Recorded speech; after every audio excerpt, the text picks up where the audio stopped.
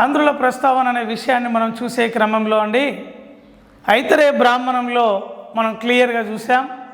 తర్వాత సోమదేవ సూరి రాసిన కథ సరిత్సాగరము అనే విషయంలో ఆంధ్రుల ప్రస్తావన ఏ రూపంలో మనకు కనపడుతుంది అంటే ఇక్కడ కథ సరిత్సాగరంలో ఒక దీపకర్ణి కథ రూపంలో కనపడుతుంది అండి. దీపకర్ణి కథ రూపంలో. ఐతరేయ బ్రాహ్మణంలో ఏ కథ అన్నాము? శునశ్శాపుని కథ రూపంలో అన్నాము. ఈ సోమదేవ సూరి రాసిన కథ సరిత్సాగరము ప్రకారము ఆంధ్రుల ప్రస్తావన ఏ కథ రూపంలో ప్రస్తావించబడింది? దీపకర్ణి కథ రూపంలో. అసలు దీపకర్ణి అనే అతను ఒక రాజు. ఈ దీపకర్ణి అనే రాజు ఒకనాడు అడవిలోకి వేటకు వెళ్ళిన సందర్భంలో అండి ఇక వేట చేస్తున్నటువంటి క్రమంలో ఒక బాలుడిని షూట్ చేశాడట అనుకోకుండా. ఆ బాలుడు మరణానంతరము ఆ బాలుడు అక్కడనే మరణించాడు. ఆ బాలుడు మరణించిన తదనంతరము యక్షని రూపాన్ని సంతరించుకొని, ఏం రూపం అండి? యక్షని రూపమును సంతరించుకొని, యక్షని రూపాన్ని సంతరించుకొని కనపడిన వాడైనాడు ఈ బాలుడు. ఆ బాలుడు ఎవరో అనేది ఒక ఇలాంటి మనకు విషయము ఈ సాహిత్యంలో చెప్పడం జరిగింది. అంటే సింపుల్గా దీపకర్ణి అనే రాజు అడవిలో వేట చేస్తుండగా అనుకోకుండా ఒక బాలుడు చంపబడ్డాడు. ఈ బాలుడు తను మరణించిన తదనంతరము యక్షని రూపాన్ని సంతరించుకొని వచ్చిన వాడైనాడు. ఈ యక్షనిలే ఆంధ్రదేశంలో గుంటూరు జిల్లాలోని భట్టిప్రోలు ప్రాంతంలో నివసిస్తున్నారు. అంటే ఆంధ్రదేశంలో గుంటూరు జిల్లాలోని భట్టిప్రోలు ప్రాంతంలో నివసిస్తున్నటువంటి ఈ యక్షని జాతుల వారు ఉన్నారని ఈ ఆధారాన్ని దృష్టిలో పెట్టుకొని ఆంధ్రుల ప్రస్తావన ఈ కథ సరిత్సాగరంలో ప్రస్తావించబడింది. అంటే ఈ దీపకర్ణి కథలో భాగంగా యక్షని జాతిని ప్రస్తావించారు. ఈ యక్షని జాతుల వారు ఆంధ్రదేశంలో నివసిస్తున్నారు కాబట్టి ఈ రూపంలో మనకు ఆంధ్రుల ప్రస్తావన కనబడుతుంది సోమదేవ సూరి రాసిన కథ సరిత్సాగరంలో. ఇప్పుడు మనకు గతంలో అడిగిన క్వశ్చన్ ఏంటి? మళ్ళీ సోమదేవ సూరి కథ సరిత్సాగరము ప్రకారము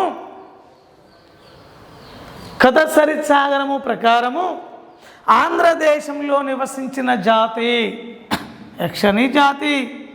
ఇలా మన క్వశ్చన్ అడుగుతున్నారు. ఈ యక్షని జాతి ఆంధ్రదేశంలో ఏ ప్రాంతంలో నివసించారట? భట్టిప్రోలు ప్రాంతంలో నివసించారట.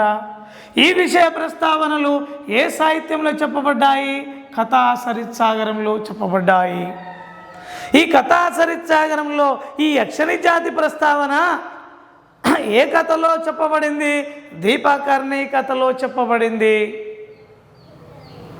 రైట్.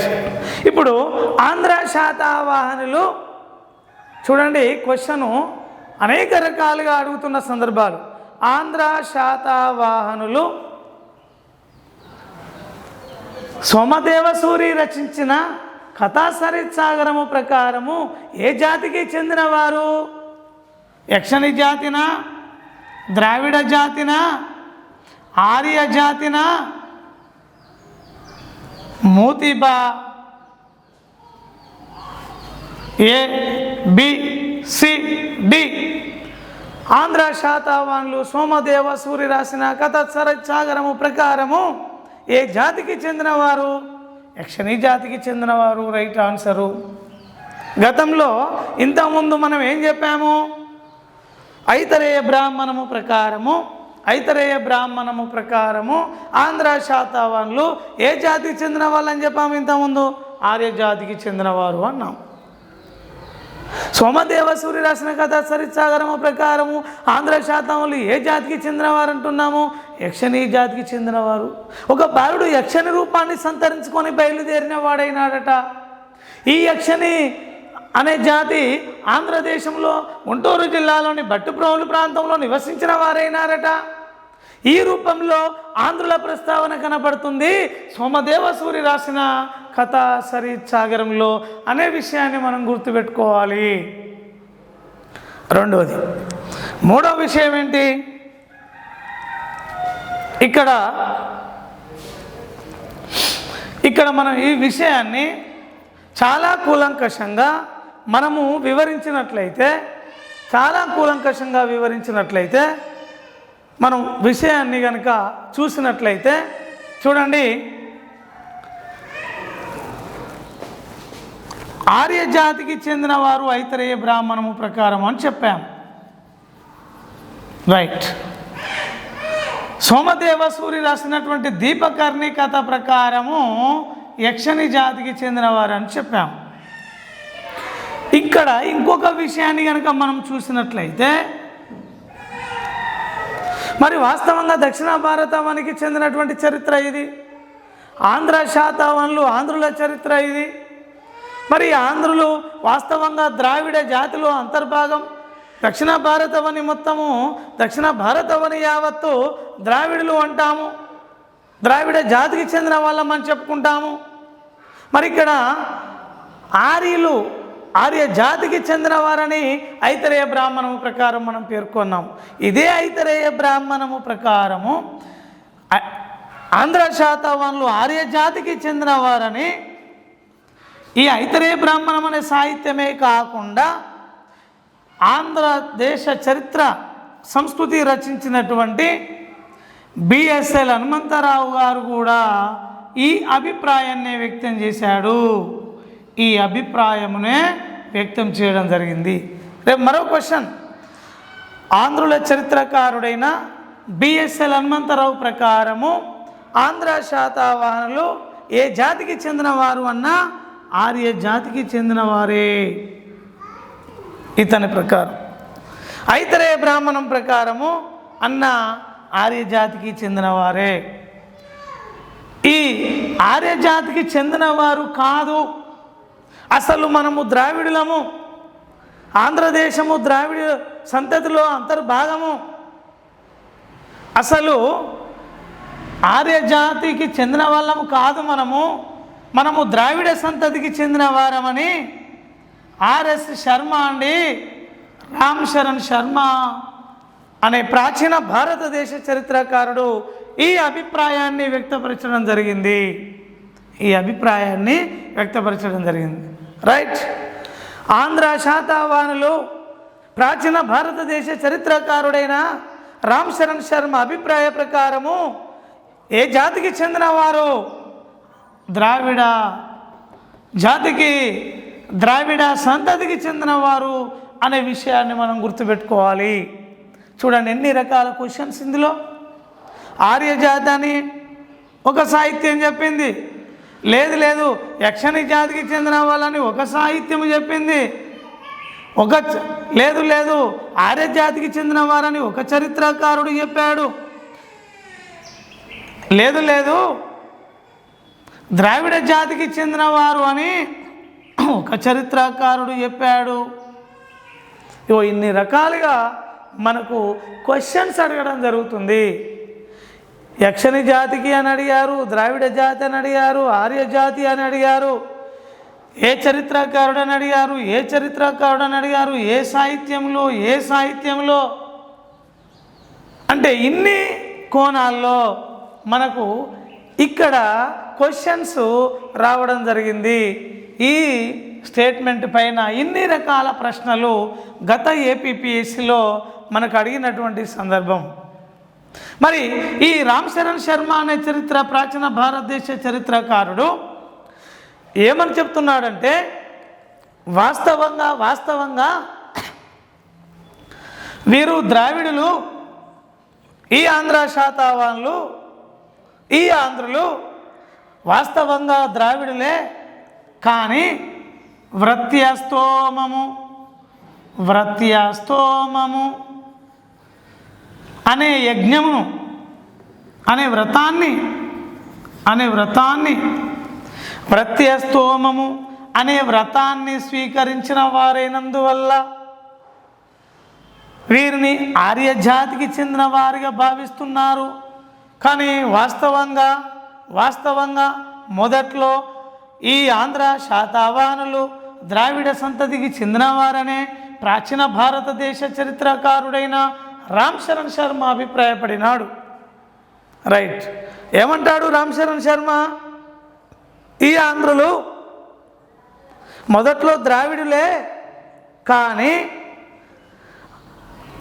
ఆర్యవ్రతమైన ఒక వ్రతము వృత్యస్తోమము, ఈ వృత్యస్తోమము అనే ఆర్యుల వ్రతాన్ని స్వీకరించిన వారైనందువల్ల వీరిని ఆర్యులు అని చెప్తున్నారు. ఇటు బిఎస్ఎల్ హనుమంతరావు కావచ్చు, ఇటు ఐతరేయ బ్రాహ్మణం కావచ్చు. కానీ మొదట్లో వాస్తవంగా వీరు ద్రావిడులే అని చెప్తున్నాడు రామ్ చరణ్ శర్మ. రైట్, ఇప్పుడు రామ్ చరణ్ శర్మ ప్రాచీన భారతదేశ చరిత్రకారుని ప్రకారము ఆంధ్రులు ఎవరు అంటే ద్రావిడ జాతికి చెందినవారు అని చెప్పాలి. అంటే వీరు యక్షణి జాతి కూడా ద్రావిడులే. అంటే ద్రావిడలో దక్షిణ భారతవనిలో ఉన్నటువంటి అనేకమైనటువంటి తెగలు కూడా ద్రావిడులే. కాబట్టి క్వశ్చన్ను బట్టి మనం ఆన్సర్ చేయాలి. చాలా క్లియర్గా మళ్ళొకసారి చూద్దాం. ఐతరేయ బ్రాహ్మణము ప్రకారము ఆంధ్రులు ఆర్యజాతికి చెందినవారు. బిఎస్ఎల్ హనుమంతరావు ప్రకారము ఆంధ్రులు ఆర్యజాతికి చెందినవారు. 1. 2, సోమదేవసూరి కథసరిత్సాగరము ప్రకారము, కథసరిత్సాగరం అనే గ్రంథంలోని దీపకర్ణి కథ ప్రకారము ఆంధ్రులు యక్షణి జాతికి చెందినవారు. 3, ప్రాచీన భారతదేశ చరిత్రకారుడైన రామ్ చరణ్ శర్మ అభిప్రాయ ప్రకారము ఆంధ్రులు ద్రావిడ జాతికి చెందినవారు. ఇన్ని కోణాల్లో మనకు ప్రీవియస్ ప్రశ్నలు రావడం జరిగింది. గతంలో ఇలా చూడాలి. తర్వాత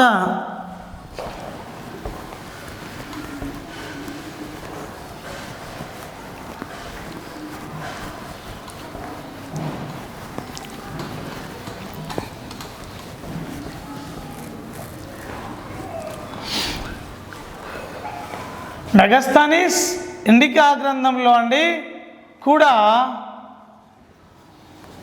ఆంధ్రుల ప్రస్తావన పేర్కొన్నాడు. మరి మెగస్తానిస్ తన ఇండికా గ్రంథంలో ఎలా పేర్కొన్నాడు? ఎవరు అసలు ఈ మెగస్తానిస్? భారతదేశానికి వచ్చిన మొట్టమొదటి విదేశీ రాయబారి మెగస్తానిస్ అండి.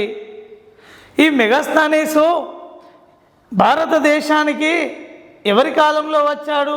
మౌర్య సామ్రాజ్యాన్ని పరిపాలించిన చంద్రగుప్త మౌర్యుని కాలంలో భారత్ను సందర్శించినటువంటి విదేశీ గ్రీకు రాయబారి మెగస్తానిస్. ఈ శాతవాహనులు ఎవరికి సామంతులుగా ఉన్నారని చెప్పాము? మౌర్యులకు సామంతులుగా ఉన్నారని చెప్పాము. మౌర్యుల వద్దనే సామంతాధిపత్యాన్ని పడిసిన వారైనారు ఈ శాతవాహనులు అన్నాం.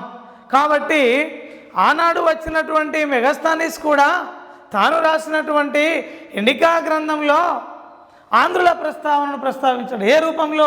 ఆనాడు ఆంధ్రదేశంలో పట్టణ పాలన, సైనిక పాలన ఉన్నదని గుర్తించాడు. సుమారు ఆంధ్రదేశంలో ఆనాడు 30 పట్టణాలు ఉన్నాయని చెప్పాడు. అంటే ఈ రూపంలో ఆంధ్రుల ప్రస్తావన కనపడుతుంది మెగస్తానిస్ యొక్క ఇండికా గ్రంథంలో.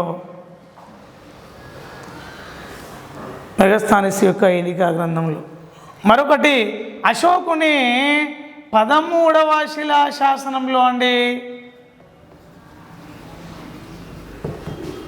ఇందులో కూడా ఆంధ్రుల ప్రస్తావన కనబడుతుంది. మరి ఆంధ్రుల ప్రస్తావన అశోకుని 13వ శిలాశాసనంలో కూడా కనపడుతుంది. ఈ ఒకటే కాకుండా అదనపు సమాచారాన్ని కనుక మనం చూసినట్లయితే ఆంధ్రుల ప్రస్తావన అశోకుని 13వ శిలాశాసనంలో ప్రస్తావించబడింది.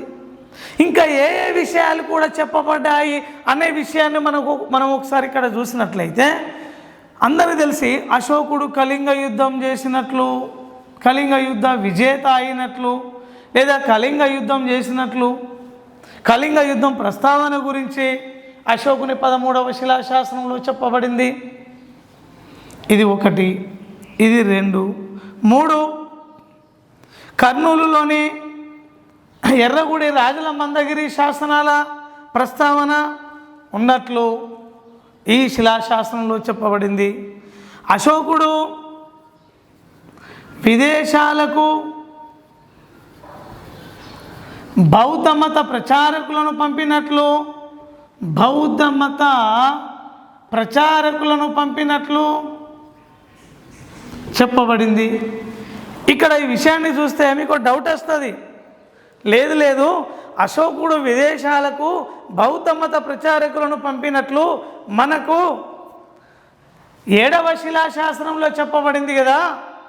ఆ 7వ శిలాశాసనంతో పాటు కూడా ఈ 13వ శిలాశాసనంలో కూడా అశోకుడు విదేశాలకు బౌద్ధ మతస్థులను పంపినట్లు చెప్పబడింది. ఇది అదనపు సమాచారమే. ఇంకొక అదనపు సమాచారం ఏంది మనకు చూస్తే,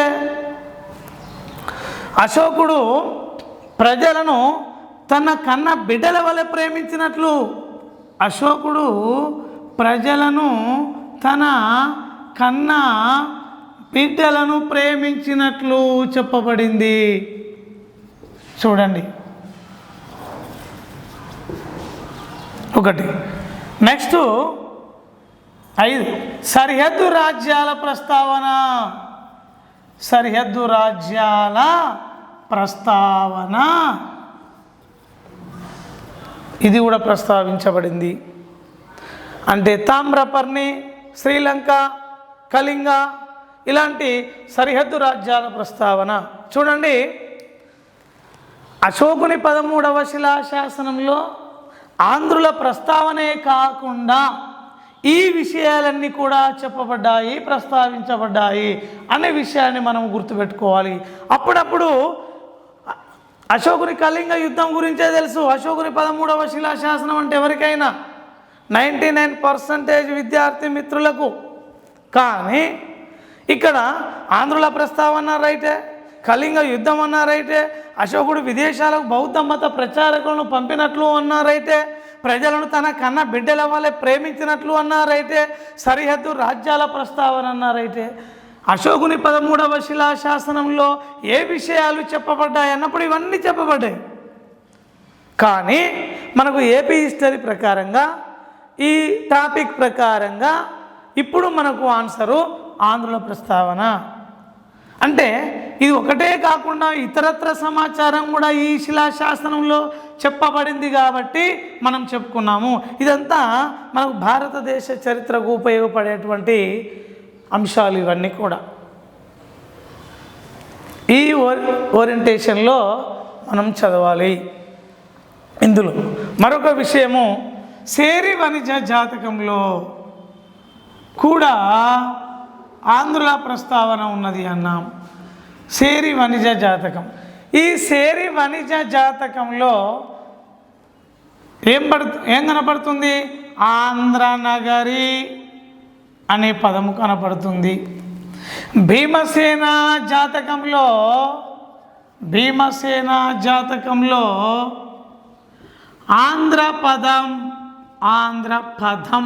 పదం అని ప్రస్తావించబడింది. అంటే సేరి వణిజ జాతకంలో ఆంధ్రుల ప్రస్తావన ఆంధ్ర నగరి అనే పదం రూపంలో కనపడుతుంది. భీమసేన జాతకంలో ఆంధ్రుల ప్రస్తావన ఆంధ్ర పదం అనే రూపంలో కనపడుతుంది. మరొక ముఖ్యమైన అంశం ఏంటంటే, గౌతమి బాలశ్రీ వేయించిన నాసిక్ శాసనంలో కూడా ఆంధ్రుల ప్రస్తావన కనపడుతుంది. ఆంధ్రుల ప్రస్తావన కనపడుతుంది. మరి ఏ రూపంలో ఆంధ్రుల ప్రస్తావన కనపడుతుంది అంటే, చూడండి ఇక్కడ ఒక చిన్న ట్విస్ట్. ప్రత్యక్షంగా ఈ నాసిక్ శాసనంలో ఆంధ్ర అనే పదము ప్రస్తావించబడలేదు. కానీ ఏ రూపంలో కనపడుతుంది అంటే గౌతమి బాలశ్రీ వేయించిన నాసిక్ శాసనంలో ఆంధ్రుల ప్రస్తావన ఏ రూపంలో కనపడుతుంది అంటే ఆంధ్రదేశంలో ఉన్న పర్వతాల ప్రసక్తి రూపంలో కనపడుతుంది. ఆంధ్రదేశంలో ఉన్న పర్వతాల ప్రసక్తి రూపంలో ఆంధ్రుల ప్రస్తావన కనపడుతుంది. ఏంటి అవి అంటే శేషగిరి, సిరిటన, మహేంద్ర. ఎగ్జాంపుల్ శేషగిరి అని అంటే నాగార్జునకొండ. ఏంటండి? నాగార్జునకొండ. సిరిటన అంటే ధాన్య కటకం అండి, లేదా శ్రీశైలం. మహేంద్ర అంటే విశాఖపట్నంలోని కొండలండి, విశాఖపట్నంలోని కొండలు. ఇక్కడ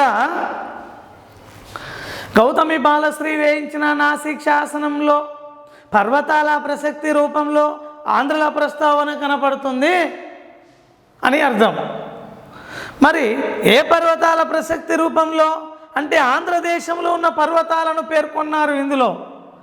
శేషగిరి నాగార్జునకొండ, సిరిటన ధాన్య కటకము లేదా శ్రీశైలంగా భావించారు, మహేంద్ర విశాఖపట్నంలోని కొండలు.